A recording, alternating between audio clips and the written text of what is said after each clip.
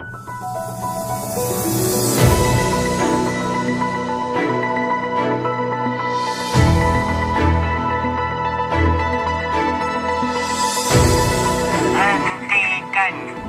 Jenayah.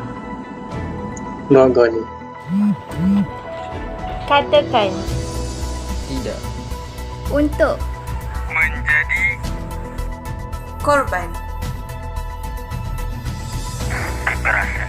Bismillahirrahmanirrahim. Assalamualaikum warahmatullahi wabarakatuh. Kami daripada Kumpulan 12 akan membahas isu fenomena rogol dalam kalangan masyarakat. Baik, definisi rogol ialah satu aktiviti yang dilarang mahupun agama ataupun akal fikiran kita sendiri, di mana seorang lelaki yang mencabuli dan memperkosa seorang wanita sehingga menggugat maruah wanita tersebut sama ada rela ataupun tidak. Fenomena rogol bukanlah satu perkara baru, di mana ia sudah terjadi sejak zaman purba lagi.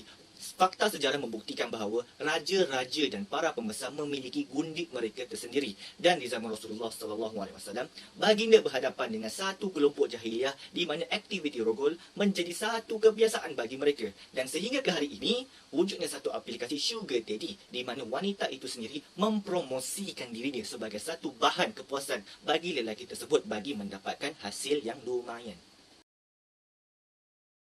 Punca berlakunya jenayah rogol yang meningkat dari kalangan rakyat Malaysia pada ketika ini adalah kurangnya didikan agama.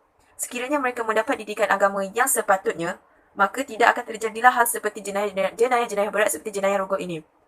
Iman mereka yang senipis kulit limau telah mendorong mereka untuk melakukan jenayah-jenayah seperti ini. Hal ini kerana mereka tidak dapat membezakan perkara yang baik dan juga perkara yang tidak baik. Sekiranya mereka mendapat didikan agama yang sepatutnya, maka mereka akan lebih berhati-hati dalam setiap perbuatan yang mereka lakukan.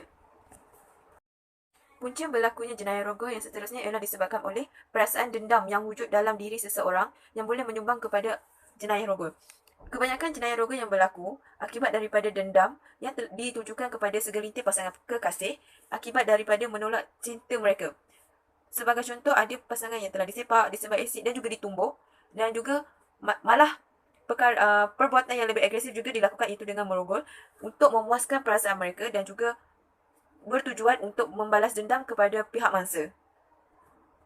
Selain itu, media massa turut menjadi punca peningkatan masalah jenayah rogol. Perkara ini disebabkan penyiaran rancangan-rancangan berunsurkan keganasan dan seks yang melampau telah menyebabkan minda masyarakat dipengaruhi oleh aksi-aksi negatif tersebut. Kesan-kesan jenayah rogol.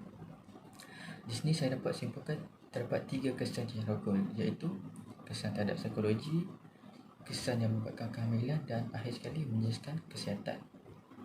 Di sini saya akan menerangkan 2 kesan dan 1 lagi kesan akan diterangkan oleh rakan saya. Untuk kesan pertama adalah dari segi psikologi. Dari segi psikologi ini akan menyebabkan mangsa mengalami kemurungan dan trauma. Ini akan menyebabkan mereka berasa amat takut untuk berhadapan dengan masyarakat kerana bimbang akan dipandang hina oleh mereka. Untuk kesan yang kedua adalah dari segi kehamilan. Risiko hamil adalah sangat tinggi. Mengikut statistik jenayah rogol Malaysia, kebanyakan kes ini berada dalam lingkungan 14 hingga 18 tahun. Untuk kes kehamilan ini, majoriti mangsa akan merasa takut apabila mereka mengetahui dirinya hamil. Hal ini kerana perogol tersebut pasti akan lepas tangan dan melarikan diri, dan ini akan menyebabkan mangsa mengalami gelisah dan sebagainya. Okey, untuk kesan terakhir akan diterangkan oleh rakan saya. Di samping itu, jenayah rogol akan memberikan impak kesihatan kepada mangsa rogol. Penyakit yang sering dikaitkan ialah penyakit AIDS. Hal ini dikatakan demikian kerana penyakit ini bukan penyakit berjangkit yang dialami oleh mangsa rogol. Sebagai contoh, perogol merupakan seorang penagih dadah lalu melakukan jenayah rogol terhadap mangsa. Penyakit ini akan mudah tersebar atau berjangkit kepada mangsa rogol. Mangsa juga berisiko mendapat penyakit lain seperti penyakit kelamin. Oleh itu, mangsa perlulah mendapat pemeriksaan segera oleh doktor. Saya akan menerangkan tentang isu ini dengan komponen perhatian etika dan peradaban. Berkaitan isu peningkatan kes rogol di Malaysia ini adalah berkait dengan komponen penghayatan etika dan peradaban, iaitu tanggungjawab sosial. Tanggungjawab sosial adalah satu kemampuan refleksi seseorang individu terhadap pandangan hidup yang dipegang tentang keadilan dan kesetaraan hidup bersama. Isu ini adalah berkait dengan topik ini kerana sekiranya individu tersebut mempunyai aras tanggungjawab sosial yang tinggi, mereka boleh menilai serta membezakan perbuatan-perbuatan yang baik dan buruk yang mereka lakukan dalam kehidupan mereka.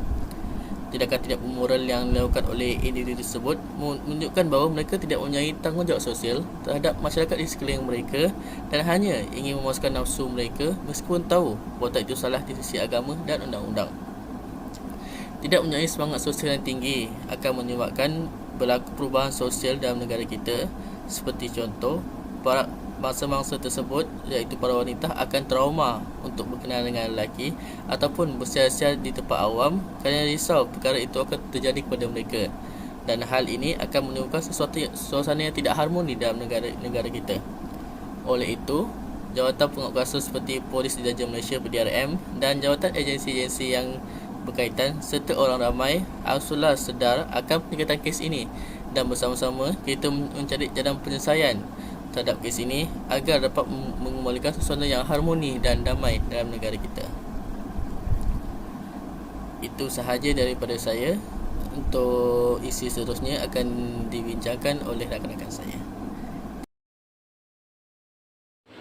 Langkah yang pertama bagi mengatasi masalah jenayah rogol adalah dengan sentiasa berhati-hati dan tidak mudah mempercayai orang sekeliling.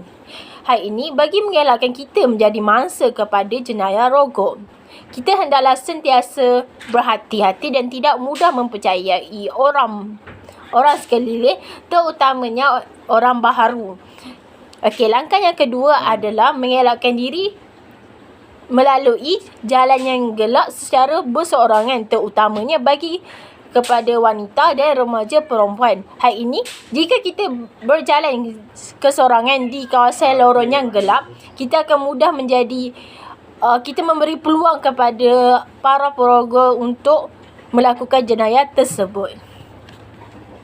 Langkah seterusnya untuk mengatasi jenayah rogol ini, kita boleh lihat dari sisi si penjenayah itu sendiri, iaitu langkah untuk mengatasi jenayah rogol ini boleh dilakukan dengan memberikan didikan agama yang benar kepada pemangsa.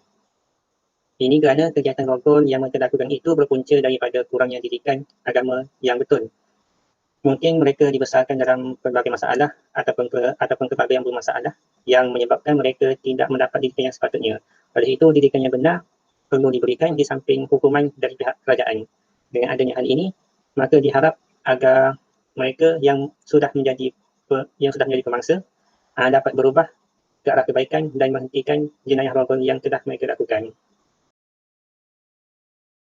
Bagi menggulung isu yang telah dibincangkan, kadar jenayah rogol di negara ini semakin berluasa dan sangat membimbangkan pelbagai pihak.